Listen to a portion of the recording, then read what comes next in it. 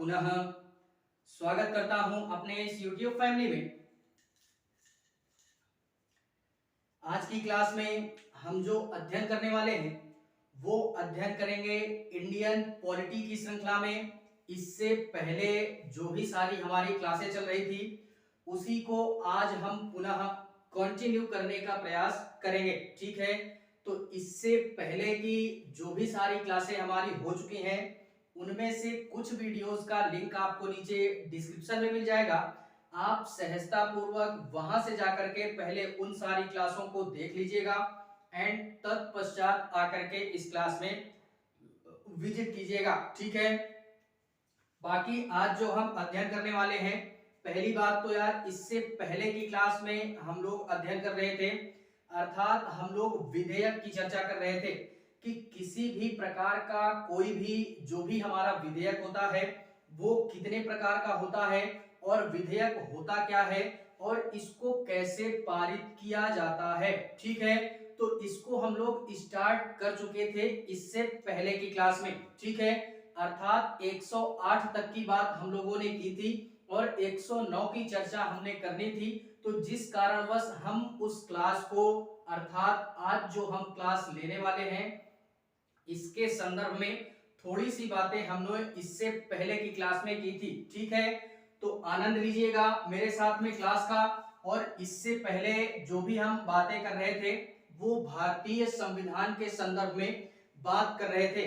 108 तक की बात हम लोगों ने की थी जो कि भारतीय संविधान में बड़े ही बेहतरीन तरीके से उन सारी बातों का प्रावधान किया गया है जो कि इस संदर्भ से हमारे पढ़ने के दृष्टिकोण से और जानने के दृष्टिकोण से बेहद और बेहद आवश्यक हो जाता है, ठीक है। तो आनंद लीजिएगा मेरे साथ में इस पूरे के पूरे भारतीय संविधान का और देखते चलेंगे कि जो भी हमारे संविधान के निर्माता थे उन्होंने किस प्रकार से और ऐसे कौन कौन से प्रावधान किए भारतीय संविधान में जिसको पढ़ना हमारे लिए आवश्यक तो है ही। और इन्हीं पूरे प्रावधानों के अनुसार या इन्हीं प्रावधानों के सहमति से ही ये पूरे के पूरे भारत देश की प्रशासनिक व्यवस्था या एक प्रकार से बोले राजनीतिक व्यवस्था या सामाजिक व्यवस्था या जो भी हमारी अन्य व्यवस्थाएं हैं वो एकदम बेहतरीन रूप से क्या हो रही हैं, संचालित हो रही हैं इन्हीं सारे नियम और कानूनों के अनुसार। बात करते हैं इसी में। इससे पहले हम लोगों ने बात की थी तो बोरिंग महसूस नहीं कीजिएगा, भरपूर मस्ती में आनंद लीजिएगा मेरे साथ में। और देखते हैं इसी में भाग 5 के संदर्भ में, यानी इससे पहले जो बात कर रहे थे भाग 5 की बात कर रहे थे जिसमें संघ का वर्णन है और संघ के साथ में संघ की जो कार्यपालिका है, जो कार्यपालिका है इसका वर्णन बड़े ही बेहतरीन तरीके से किया गया है, ठीक है। फिलहाल में ये अभी और कुछ दिनों तक चलेगा, वैसे भी देखते हैं हम लोग। इसमें संघ की कार्यपालिका का वर्णन है और इससे पहले की क्लास में हम लोगों ने 108 तक की बात की थी।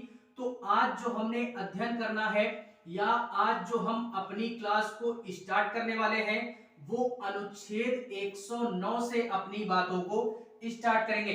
लेकिन 109 और 110 ये दोनों हमारे क्या है, सेम आर्टिकल हैं। तो इनको समझने से पहले हम एक तथ्य समझते हैं। क्या समझते हैं देखते हैं इसी में।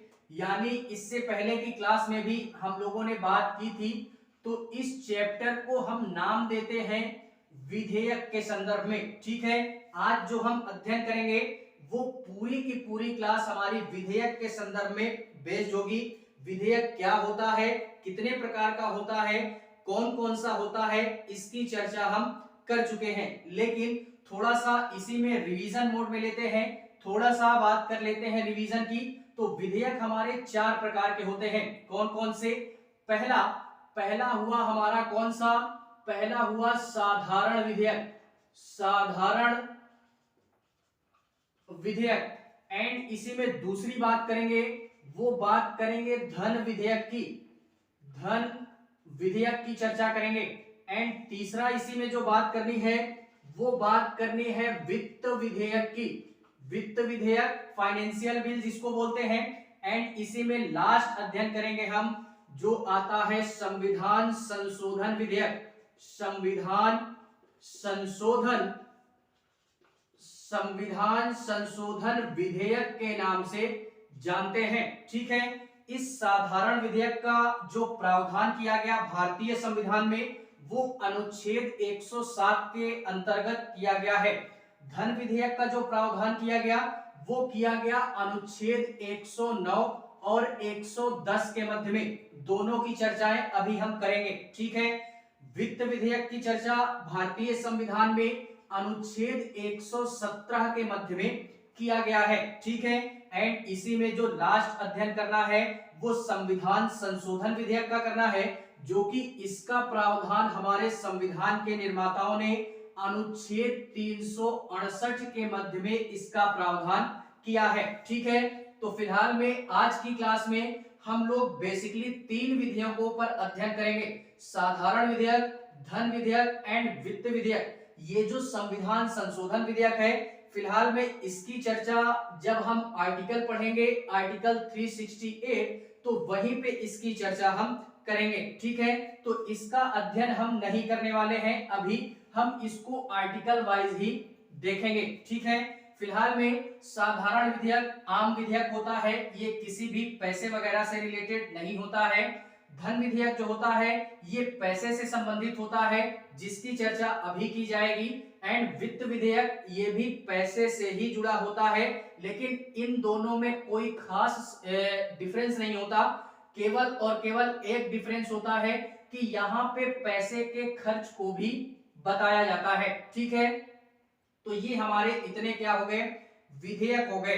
एक बात और यहाँ पे पकड़ेंगे कि जो भी हमारा विधेयक है अगर राष्ट्रपति महोदय के पास में जाता है तो राष्ट्रपति अगर उस पे सिग्नेचर नहीं करते हैं, यानी हस्ताक्षर करने के लिए मना कर देते हैं, तो उसको हम राष्ट्रपति के वीटो पावर के नाम से जानते हैं। और ये जो वीटो शक्ति होती है ये 4 प्रकार की वीटो शक्ति होती है, जो कि अनुच्छेद 111 के मध्य में इसका प्रावधान किया गया है। ठीक है, तो उसकी भी चर्चा आज हम इस क्लास में ना करके जब अनुच्छेद 11 का अध्ययन करेंगे, 111 का अध्ययन करेंगे, तो वहीं पे हम बड़े ही बेहतरीन तरीके से करेंगे।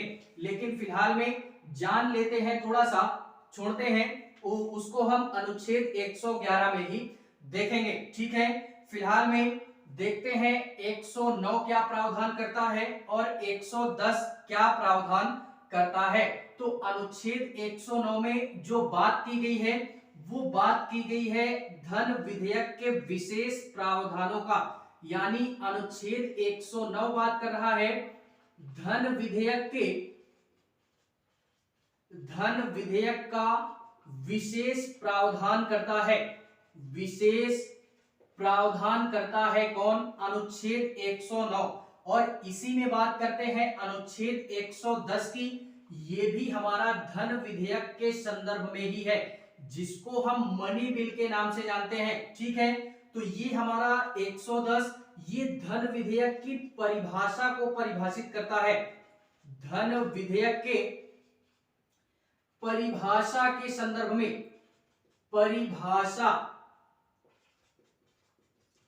परिभाषा का प्रावधान करता है।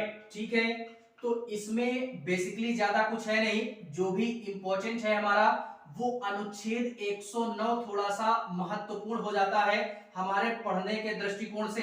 बाकी 110 जो है ये केवल और केवल परिभाषित करता है कि धन विधेयक होता क्या है। ठीक है, तो इसी में हम पहले 110 को समझते हैं और 110 के पश्चात में हम 109 को समझते हैं। ठीक है, तो 110 क्या प्रावधान करता है, 110 ये प्रावधान करता है कि जो भी हमारा धन विधेयक होगा, धन विधेयक हम बोलेंगे किसको, ठीक है, तो धन विधेयक हमारा जो भी ऐसा विधेयक या कोई भी ऐसा विधेयक जो कि पैसे से संबंधित है, जो धन से संबंधित है, उसी को हम लोग धन विधेयक अर्थात मनी बिल के नाम से जानते हैं। ठीक है, तो इसमें बेसिकली हमको कुछ ज्यादा याद नहीं रखना, जो भी हमारे ऐसे विधेयक होंगे जो कि हमारे संसद में जाएंगे पारित होने के लिए।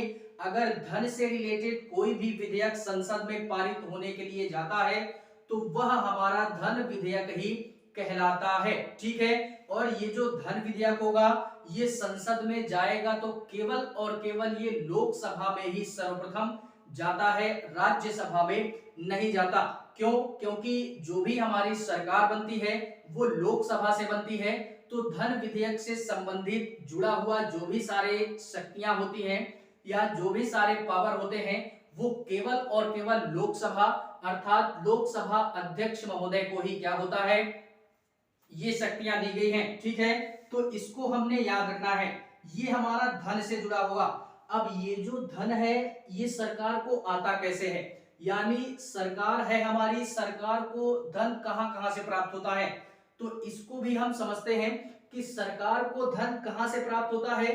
ये दो तीन फील्ड हमारी ऐसी हैं जहां से सरकार को, या दो ही चीजें हैं हमारी जहां से सरकार को काफी ज्यादा पैसा प्राप्त होता है।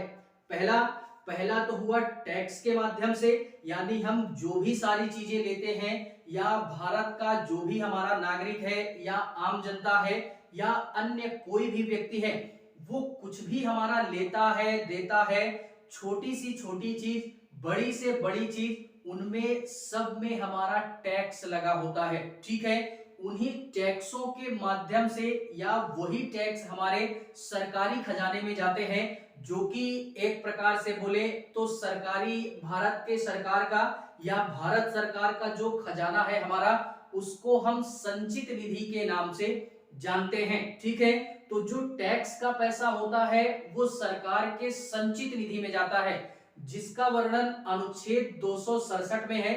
इसको हम जब वहां का आर्टिकल पढ़ेंगे तो वहां पे बड़े ही बेहतरीन तरीके से अध्ययन करेंगे। ठीक है, तो सरकार को पैसा कहां से प्राप्त होता है, ये दो जगहों से प्राप्त होता है। पहला तो हमारा हुआ टैक्स के माध्यम से, यानी सरकार जो टैक्स लेती है उसके माध्यम से, और दूसरा हमारा ऋण के माध्यम से। ऋण अर्थात जिसको हम लोन बोलते हैं। सरकार हमारी, यार ऐसा तो नहीं है कि सरकार के पास में जो पैसा आएगा केवल इतना ही, सरकार के पास में तमाम सारे खर्चे हैं। यार सरकार को सैलरी भी देनी है, जो भी हमारे सरकारी कर्मचारी हैं उनको सैलरी भी देनी है, उनको हमको पेंशन भी देना है। पेंशन के साथ साथ में जो भी सारी योजनाएं हमारी चलती हैं भारत देश के नागरिकों के संदर्भ में, तो उन योजनाओं में भी पैसा खर्च करना है। योजनाओं के साथ साथ में यार बहुत सारी हमारी फील्ड है, जैसे शिक्षा के क्षेत्र में खर्च करना है, शिक्षा के साथ साथ में स्वास्थ्य के क्षेत्र में, परिवहन के क्षेत्र में सड़कें वगैरह बनवानी है, रेलवे वगैरह बनवाने हैं। ठीक है, और पुल वगैरह का निर्माण करवाना है। तो भारत देश में ऐसे तमाम सारे कार्य जिनको सरकार अपने पैसे से करती है, तो यार ऐसा तो नहीं है कि टैक्स के पैसे से ही हो जाएगा। सरकार को कभी कभार हमारे लोन की भी आवश्यकता पड़ती है, सरकार को ऋण की आवश्यकता पड़ती है। सरकार हमारा किससे ऋण लेगी, वो दूसरे देशों से हमारा एक प्रकार से बोले तो उधार लेती है, ऋण लेती है, लोन लेती है। जैसे हम लोग ही है यार, व्यवहारिक भाषा में जैसे समझ ही लेते हैं कि हमको अपना कोई, हमारे पास कोई पैसा नहीं है, ठीक है, और हमको अपना एक छोटा सा कारोबार चलाना है, तो हम क्या करते हैं, बैंक में जाते हैं, वहां पे अपना पूरा डिटेल दिखाते हैं कि हमको इस संदर्भ में ये कार्य करना है, हमारे पास ये सारी चीजें हैं, हमको लोन की आवश्यकता है। तो बैंक वाला जो मैनेजर होता है या जो भी होता है बैंक का, वो आपको लोन प्रोवाइड कर देता है। ठीक है, तो इसी तरीके से हमारे देश की सरकार भी है, जब इनको पैसे की कमी होती है किसी भी कार्य को करने के लिए, तो ये लोन लेती है। कहां से लोन लेती है, दूसरे देशों से लोन वगैरह लेती है। ठीक है, फिलहाल में इसको आर्टिकल 112 में हम और बेहतरीन ढंग से समझेंगे, जहां पे बजट का प्रावधान है। ठीक है, तो वहां पे और बेहतरीन ढंग से समझेंगे, लेकिन थोड़ा सा यहां देख ही लेते हैं। ऋण लेगी तो कैसे लेगी, दूसरे देशों से लेगी ऋण, और वहां पे सारी चीजें हमारी देखी जाएंगी। पूरे विश्व का हमारा एक बैंक है जिसको हम लोग वर्ल्ड बैंक के नाम से जानते हैं। ठीक है, तो हमारा किससे लेगी, वर्ल्ड बैंक से लोन ले लेगी, यानी विश्व बैंक जो है हमारा उससे लोन ले लेगी, एशियन बैंक हो गया हमारा उससे लोन ले लेगी, या किसी भी बैंक से, किसी दूसरे देश से, जापान से हमारा लोन ले लेगी। इस तरीके के हमारे किसी भी प्रकार का कोई भी सरकार अगर लोन लेती है तो उसके माध्यम से भी पैसा आता है। तो ये दो तरीके हमारे ऐसे हैं जिनमें सरकार के पास में पैसा आता है, और ये सरकार के पास में जब पैसा आता है तो ये जाता कहां पे है, तो ये जाता है सरकार के खजाने में, जिसको हम लोग संचित निधि के नाम से जानते हैं। ठीक है, संचित निधि में जाता है, जो कि ये सरकार का एक प्रकार से खजाना होता है, और इस संचित निधि का प्रयोग वही कर सकता है जिसकी सरकार होती है।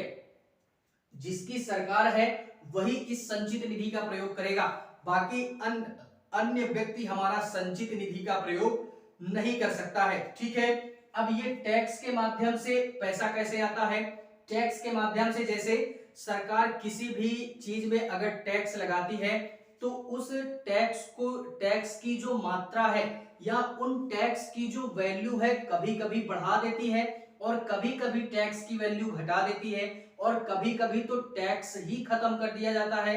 ठीक है, तो जब टैक्स की वैल्यू बढ़ेगी तो संचित निधि में रखा हुआ जो पैसा होगा वो भी बढ़ेगा, और जब टैक्स की वैल्यू घटेगी तो संचित निधि अर्थात भारतीय खजाने का हमारा जो भी पैसा होगा वो घटेगा। ठीक है, तो एक प्रकार से बोल सकते हैं कि अगर किसी भी प्रकार की छेड़छाड़ टैक्स में की जाती है तो सरकार के संचित निधि पर भी इसका प्रभाव पड़ता है। ठीक है, इसी प्रकार से ऋण अर्थात लोन की भी चर्चा है कि अगर हम लोग लोन लेते हैं तो इसका प्रभाव भी देश की सरकार पर अर्थात सरकार के खजाने पे पड़ता है, जो कि संचित निधि पे पड़ेगा। ठीक है, और इसमें एक चीजें और याद रखना कि कोई भी अगर नया टैक्स लगाना होगा तो वो हमारा उसके लिए अलग प्रावधान है, वो धन विधेयक के अंतर्गत टैक्स ये वाला नहीं आता है, क्योंकि हमने यहाँ पे टैक्स की बात कर ली है। हम लोगों ने यहाँ पे टैक्स की बात इस कारणवश की क्योंकि यहाँ पे ये पैसा आने का माध्यम है। धन विधेयक में क्या होता है, केवल और केवल पैसे के आने का पता चलता है, यानी पैसे का हमारा जो भी सारा सिस्टम है वो धन विधेयक के अंतर्गत ही आता है। इस कारणवश यहाँ पे हम लोगों ने टैक्स की बात की। बाकी अगर हम लोग ये बोलना चाहें कि अगर सरकार को कोई नया टैक्स लगाना है तो फिर क्या वो धन विधेयक के अंतर्गत आएगा, तो ऐसा नहीं है। आर्टिकल 265 अनुच्छेद 265 ये प्रावधान करता है कि अगर सरकार को किसी भी प्रकार का कोई नया टैक्स लगाना है तो वो संसद में बहुमत के साथ में उसको पारित करना होगा, और जब वो संसद में बड़े ही बेहतरीन तरीके से पूरे बहुमत के साथ में अगर पारित हो जाता है तो फिर वो टैक्स पूरे देश के लिए क्या हो जाता है, लागू हो जाता है। इसकी चर्चा आर्टिकल 265 में इसका विशेष प्रावधान किया गया है। ठीक है, तो इसको भी हमने याद रखना है।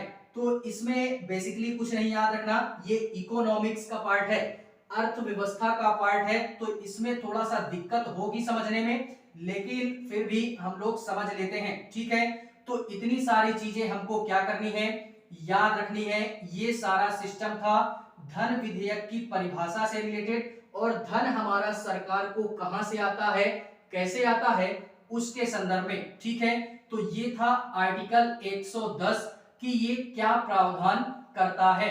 बात करते हैं इसी में अनुच्छेद 109 की कि ये विशेष प्रावधान करता है, धन विधेयक का विशेष प्रावधान करता है।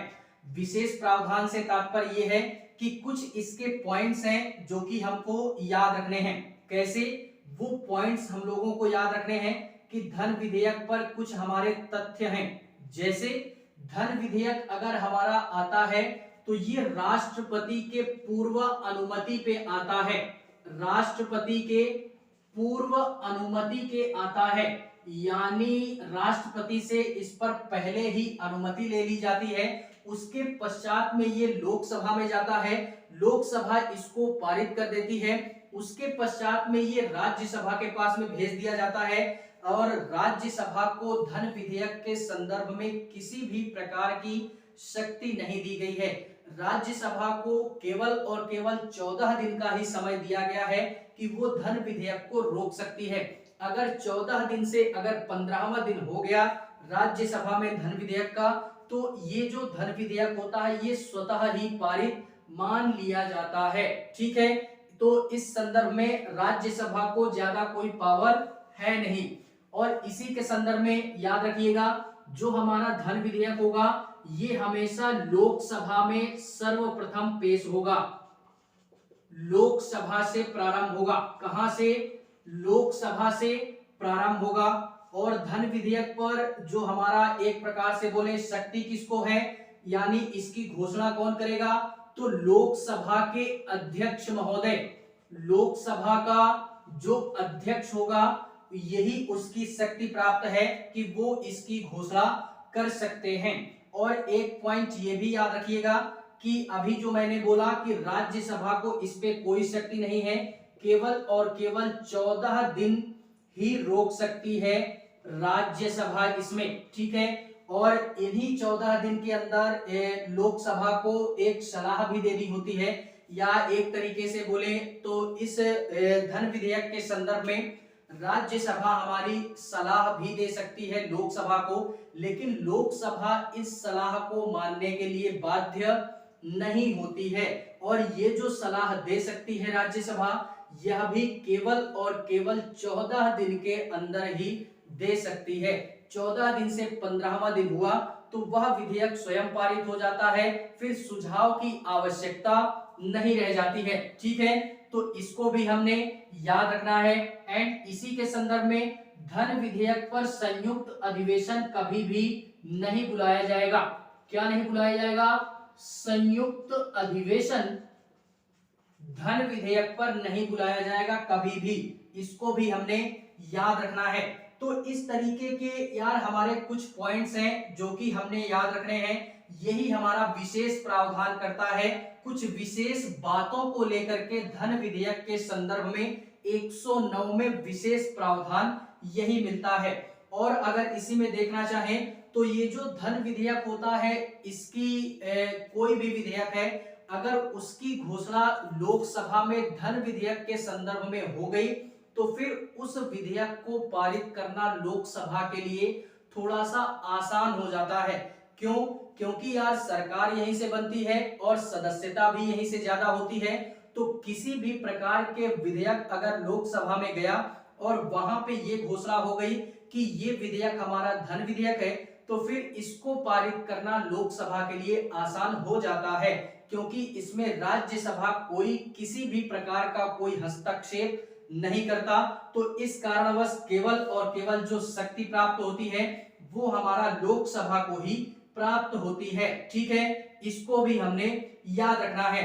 एंड इसी के संदर्भ में बात करें, राष्ट्रपति के पूर्वानुमति क्या आता है ये हम लोगों ने देख लिया, और संयुक्त अधिवेशन ये भी नहीं आता। धन विधेयक हमारा जो लोकसभा अध्यक्ष एक प्रकार से बोले, लोकसभा अध्यक्ष ये जो धन विधेयक पर घोषणा करते हैं या निर्णय लेते हैं, ये इनका आखिरी निर्णय होता है, यानी इनके पश्चात में धन विधेयक पर अब किसी भी प्रकार का कोई निर्णय नहीं लिया जाएगा। ठीक है, और ये अध्यक्ष महोदय तो लेते ही हैं, अध्यक्ष महोदय के साथ साथ में और कौन लेता है? तो वो लेती है हमारा सुप्रीम कोर्ट, यानी सुप्रीम कोर्ट भी धन विधेयक पर अपना आखिरी निर्णय सुना सकती है।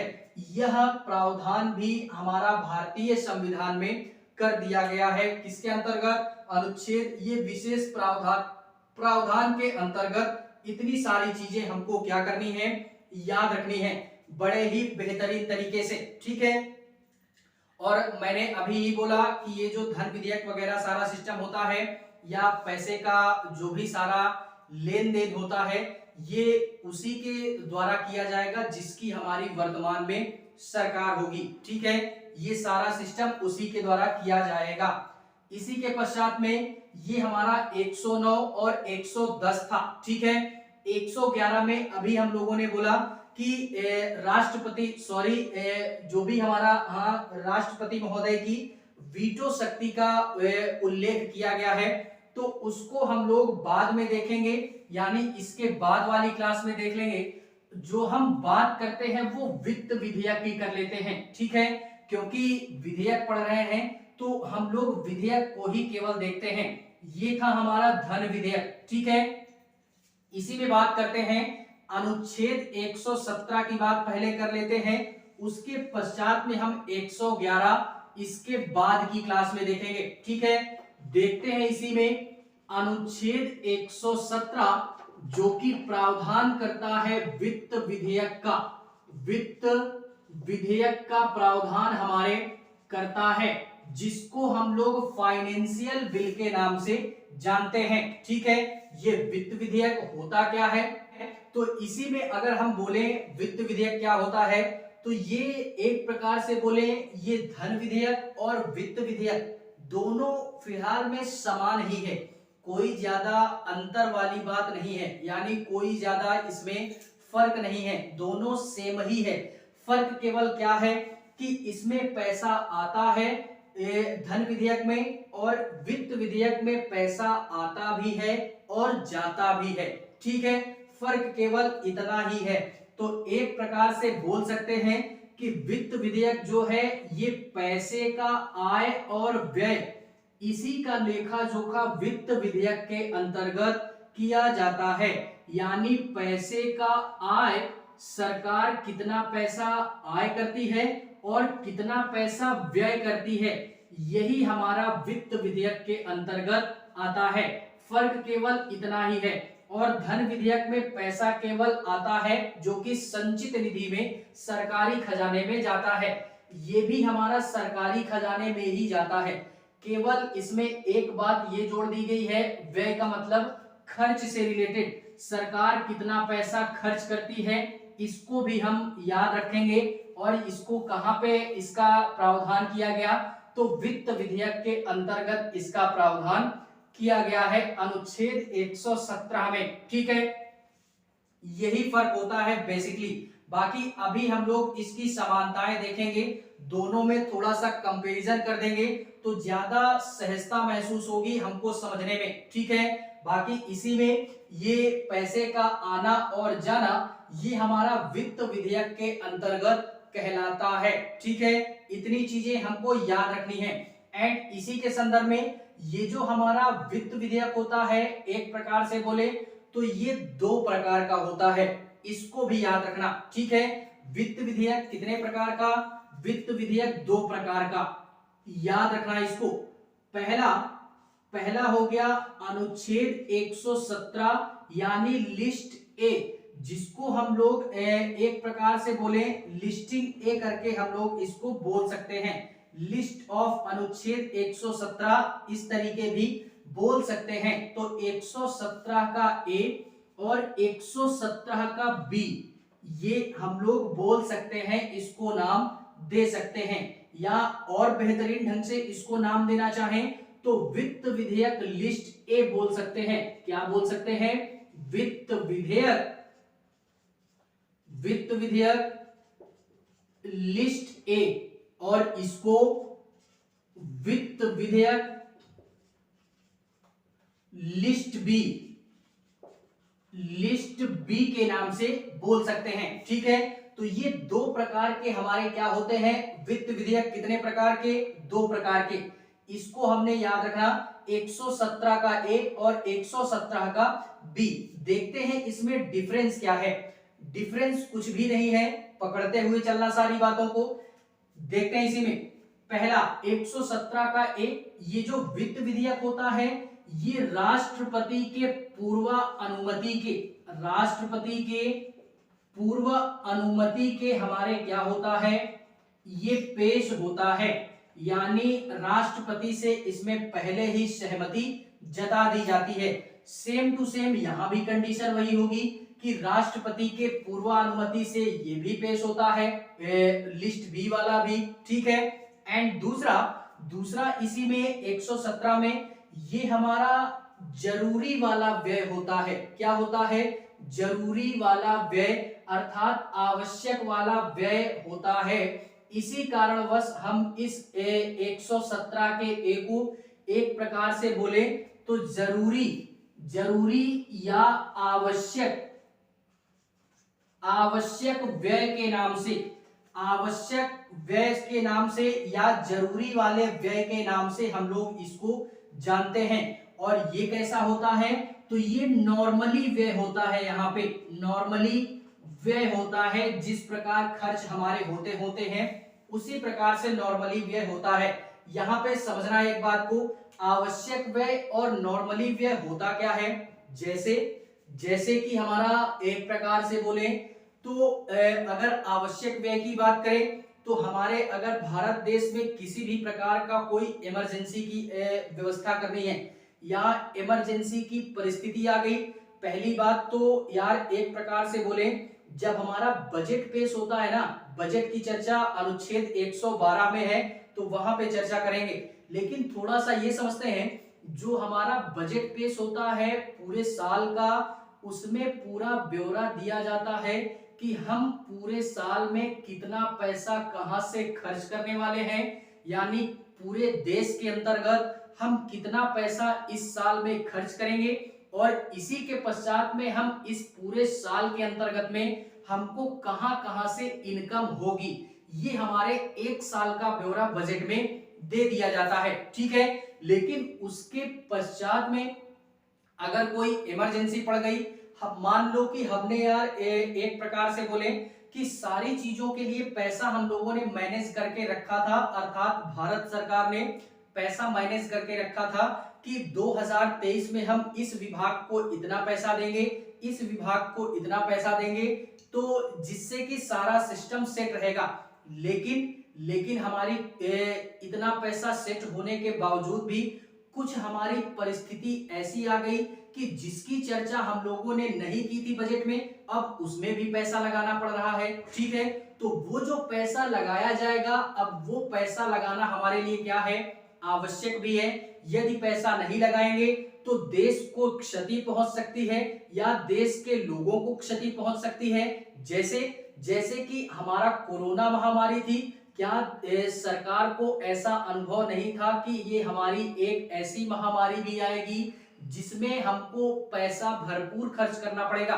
तो सरकार को तनिक भी अनुभव या अंदाजा नहीं था कि कोरोना जैसी परिस्थिति में भी हमको अलग से पैसा देना पड़ेगा, या जिसको आपदा ही बोल सकते हैं, एक प्रकार से ये आपदा ही थी हमारे लिए। ठीक है, तो इस प्रकार की अगर कोई भी परिस्थिति आती है जो अचानक आती है, तो इस संदर्भ में इस पर जो खर्च किया जाएगा वो लिस्ट ए से खर्च किया जाएगा।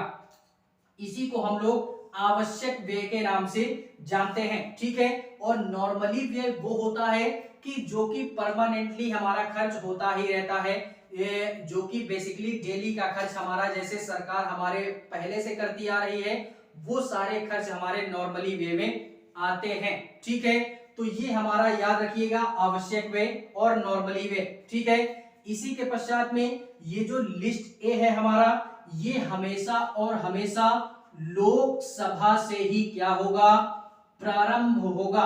लोकसभा से ही प्रारंभ होगा। और ये कहां से प्रारंभ होगा, ये दोनों सदनों में कहीं से भी प्रारंभ किया जा सकता है। दोनों सदनों में कहीं से भी प्रारंभ किया जा सकता है, चाहे लोकसभा से हो या राज्यसभा से हो। ठीक है, और इसी के पश्चात में अगर राज्यसभा इस वित्त विधेयक को अस्वीकार कर देती है तो इस पर भी संयुक्त अधिवेशन हमारा लाया जा सकता है। वो लिस्ट ए के संदर्भ में भी लाया जा सकता है, लिस्ट बी के संदर्भ में भी लाया जा सकता है संयुक्त अधिवेशन। ठीक है, तो ये हमारे नॉर्मली कुछ पॉइंट्स हैं जो कि हमको याद रखना है लिस्ट ए के संदर्भ में और लिस्ट बी के संदर्भ में। ठीक है, तो बेसिकली हमको ये याद रखना कि अनुच्छेद 117 वित्त विधेयक कितने प्रकार के, 2 प्रकार के। ठीक है, list A and list B. वित्त विधेयक होता क्या है, ये आय और व्यय का हमारा ब्यौरा होता है वित्त विधेयक में। ठीक है, इसी के पश्चात में ये सिस्टम था हमारा इसका किसका, वित्त विधेयक के संदर्भ में। थोड़ी सी कंपैरिजन करते हैं इसके संदर्भ में धन विधेयक और वित्त विधेयक के संदर्भ में, जिससे कि हमको समझने में और ज्यादा सहजता महसूस होगी। ठीक है, तो थोड़ी सी कंपैरिजन करते हैं।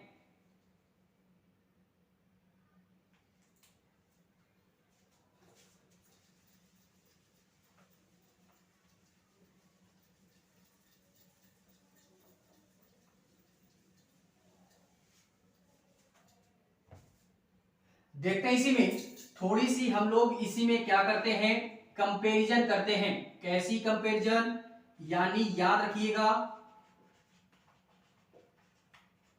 अनुच्छेद 109,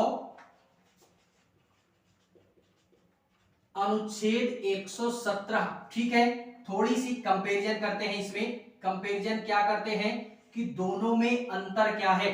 तो अंतर पहली बात याद रखिएगा कैसा, कि धन विधेयक जो होता है ये राष्ट्रपति के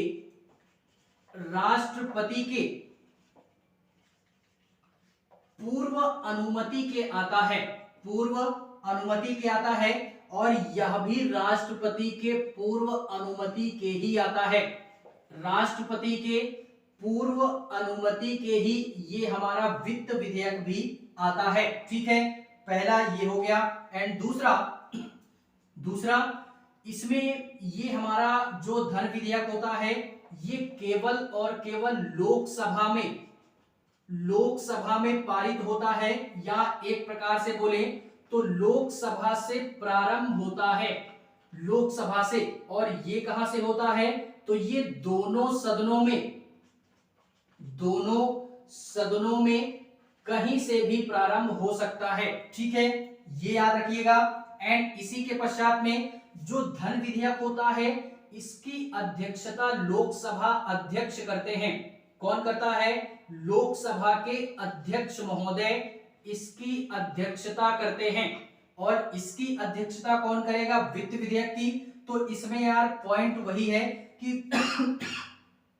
दोनों सदनों में जाएगा, लोकसभा में जाएगा तो उसकी अध्यक्षता अध्यक्ष महोदय करेंगे, और राज्यसभा में जाता है तो सभापति महोदय करेंगे। ठीक है, वो कंडीशनल हो जाता है कि कहां पहले पेश किया जाता है। ठीक है, एंड इसी के संदर्भ में और बात करें तो धन विधेयक पर संयुक्त अधिवेशन कभी भी नहीं बुलाया जाता, संयुक्त अधिवेशन कभी भी नहीं बुलाया जाता। लेकिन यहां पे संयुक्त अधिवेशन बुलाया जा सकता है, संयुक्त अधिवेशन बुलाया जा सकता है। ठीक है, और यहां पे संयुक्त अधिवेशन नहीं बुलाया जाता। इसमें राज्यसभा को महज केवल और केवल 14 दिन राज्यसभा धन विधेयक को रोक सकती है, इसके पश्चात में वह स्वतः ही पारित हो जाता है। लेकिन यहाँ पे ऐसी कोई परिस्थिति नहीं है कि वित्त विधेयक को राज्यसभा कितने दिनों तक रोकती है, यहाँ पे किसी भी प्रकार का कोई कंडीशनल नहीं है। लेकिन एक प्रकार से कंडीशन ये बनती है कि बाई चांस अगर राज्यसभा इसको अस्वीकृति कर देती है, यानी बहुमत के साथ में पारित नहीं करती, तो फिर इसमें संयुक्त अधिवेशन बुलाया जा सकता है। ठीक है, इसको भी हमने याद रखना वित्त विधेयक के संदर्भ में। और अगर बात करें और इसी में बात करें, इसमें और याद रख लीजिएगा, क्या याद रखेंगे कि ये जो धन विधेयक होता है ये पैसे का आय होता है, यानी पैसे का आय ये होता है। और ये आय एवं व्यय, आय प्लस व्यय दोनों होता है। सरकार का आय और व्यय इसका जो चर्चा किया जाता है, जो आय होगा वो केवल और केवल 109 में, और जो व्यय होगा वो 117 में। तो यही यार कुछ हमारे बेसिक सी डिफरेंस हैं जो कि हमको याद रखने हैं धन विधेयक के संदर्भ में और वित्त विधेयक के संदर्भ में। ठीक है, धन विधेयक की अध्यक्षता का जो हकदार होगा या केवल और केवल जो शक्ति प्राप्त होगी वो केवल और केवल लोकसभा अध्यक्ष को ही प्राप्त होती है।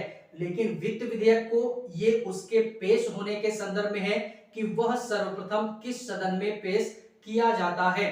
और एक चीज ये याद रखना कि कोई भी विधेयक हो, किसी भी प्रकार का कोई भी विधेयक है, अगर वो लोकसभा में गया और उसकी घोषणा ये कर दी गई कि ये हमारा धन विधेयक है, तो फिर उसको पास करना लोकसभा के लिए आसान हो जाता है, क्योंकि सारी शक्ति धन विधेयक के संदर्भ में केवल और केवल लोकसभा के ही पास है। ठीक है, तो बेसिकली ये था हमारा विधेयक के संदर्भ में कि कौन कौन से विधेयक होते हैं और कितने प्रकार के विधेयक होते हैं। उन्हीं में हम लोगों ने बात की साधारण विधेयक की, धन विधेयक की, वित्त विधेयक की, संविधान संशोधन विधेयक की। इसको भी हम लोग 368 में पढ़ेंगे। फिलहाल में थोड़ा सा इसको देख लेते हैं कि संविधान में अगर कहीं भी संशोधन करना होगा तो 3 आधार पे किया जा सकता है। आर्टिकल 368 में साधारण बहुमत से और 2/3 बहुमत से और 2/3 बहुमत से प्लस राज्यों की सहमति से। ठीक है, तो ये संविधान संशोधन विधेयक हमारा हो जाता है। फिलहाल में ये था हमारा विधेयक से रिलेटेड संपूर्ण चैप्टर, जो कि अगर किसी भी प्रकार का कोई हमारा परेशानी या कंफ्यूजन क्रिएट होती है तो आप लोग यार कमेंट करोगे, वहां से हम सारे परेशानियों का निदान करने का जो भी सारी चीजें हैं वहां से प्रयास किया जाएगा। ठीक है, बाकी आज के लिए बस इतना ही। क्लास अगर अच्छी लगे तो लाइक करें, कमेंट करें और चैनल को सब्सक्राइब जरूर करें। बाकी तनिक भी अगर हेल्प होती है तो फिर यार क्या करेंगे कि अपने दोस्तों तक भी इस क्लास को शेयर करेंगे। ठीक है, तो मिलेंगे इसी के नेक्स्ट क्लास में, यानी अर्थात अनुच्छेद 111 की बात करेंगे। तब तक के लिए जय हिंद।